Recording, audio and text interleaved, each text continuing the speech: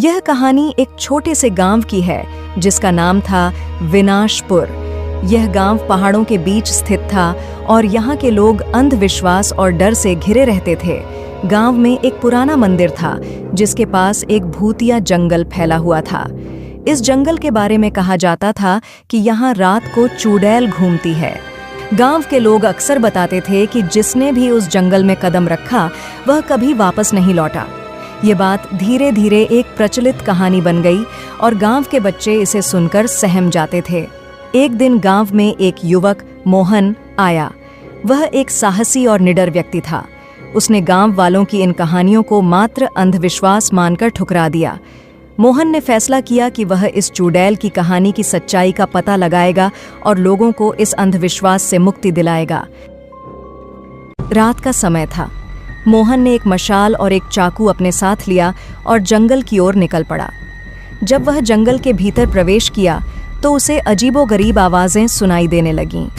पेड़ की शाखाएं हिलने लगीं और एक ठंडी हवा उसके शरीर को सिहराने लगी। जंगल के अंदर एक पुराना खंडहर मकान था। मोहन ने सोचा कि चुड़ैल यहीं रहती होगी।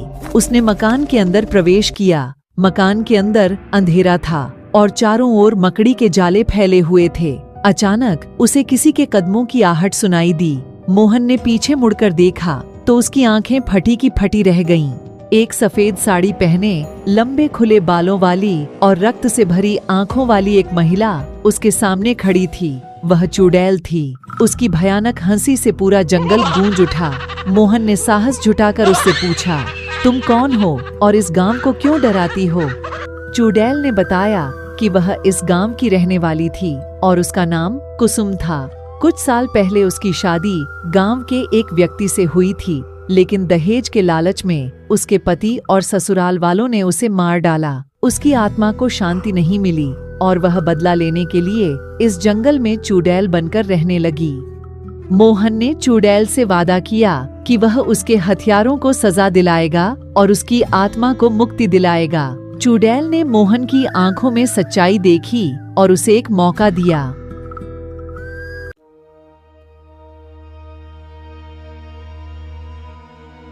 मोहन ने गांव लौटकर सबको इस सच्चाई के बारे में बताया और पुलिस की मदद से कुसुम के हथियारों को सजा दिलवाई। इसके बाद कुसुम की आत्मा को शांति मिली और वह हमेशा के लिए मुक्त हो गई। विनाशपुर गांव के लोग अब डर और अंधविश्वास से मुक्त हो गए थे और मोहन के साहस की कहानियां हर किसी की जुबां पर थीं।